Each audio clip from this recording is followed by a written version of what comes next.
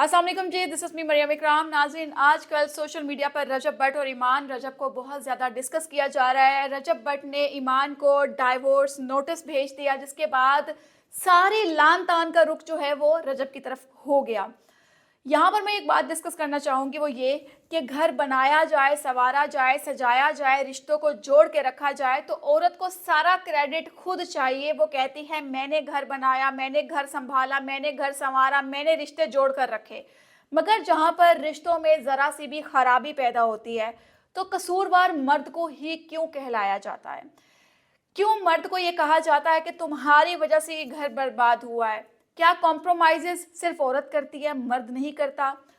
मैं रजब की साइड नहीं ले रही, मैं रजब को जानती भी नहीं हूँ। मगर सोशल मीडिया पे जिस तरह से कीचड़ उछाला जा रहा है, दोनों को क्रिटिसाइज़ किया जा रहा है, दोनों के लिए लोग अपनी-अपनी राय दे रहे हैं, तो क्यों ना हम भी? बात यहाँ पर ये आती है कि मर्द का भी उतना ही हिस्सा है रिश्तों को जोड़ के और सँभाल के रखने में, जितना एक औरत का पार्टिसिपेशन है।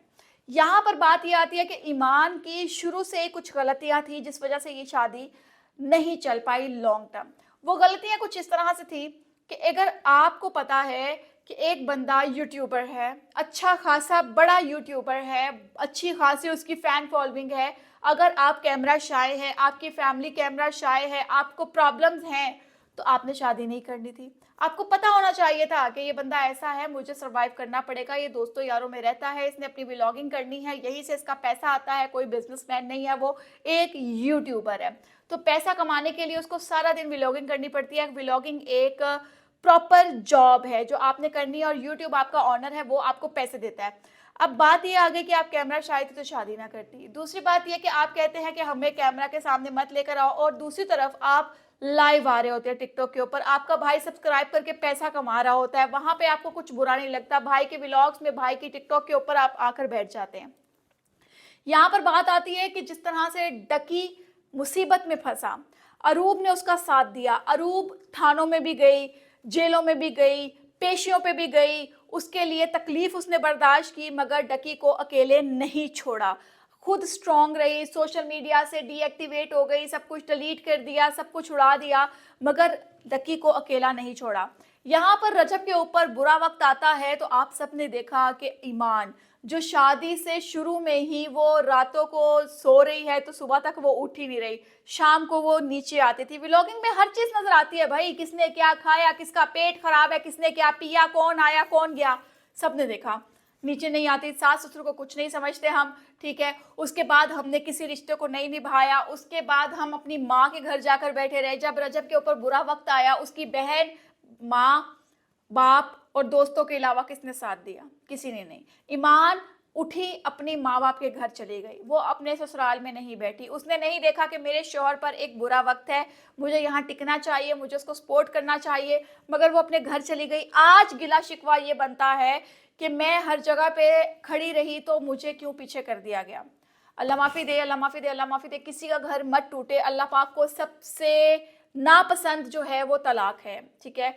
अल्लाह पाक उन लोगों को जोड़ दे, अभी भी कुछ ज़्यादा बिगड़ा नहीं है, मगर पार्टिसिपेशन बोथ साइड से होती है, गलती दोनों साइड से होती है, अच्छी आदत भी दोनों साइड से होती है।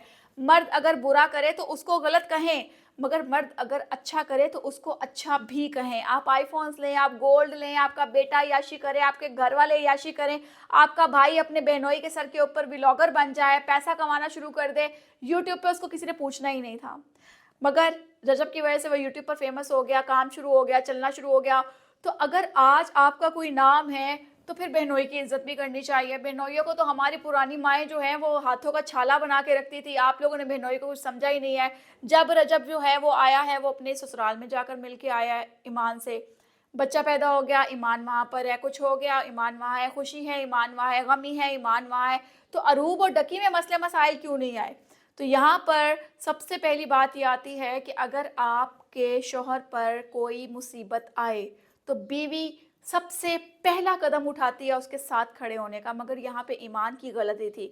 आज इतना बड़ा कदम उठाया गया है, सारे लोग बहुत ज़्यादा क्रिटिसाइज़ कर रहे हैं रजब को, मगर मैं ये कहूँगी कि गलती सिर्फ मर्द की नहीं होती। खुदारा औरत कार्ड खेलना बंद कर दें। बहुत हमने खेल लिया, बहुत हमने मर्द को गंदा कर दिया, बहुत ज़्यादा कर दिया। अब बस कर देनी चाहिए। कमेंट सेक्शन में आप भी अपनी कीमती राय से लाज़मी आगाह कीजिएगा कि आपको क्या सही और गलत लगता है। अपना ख्याल रखें, दुआ में याद रखें। अल्लाह हाफ़िज़।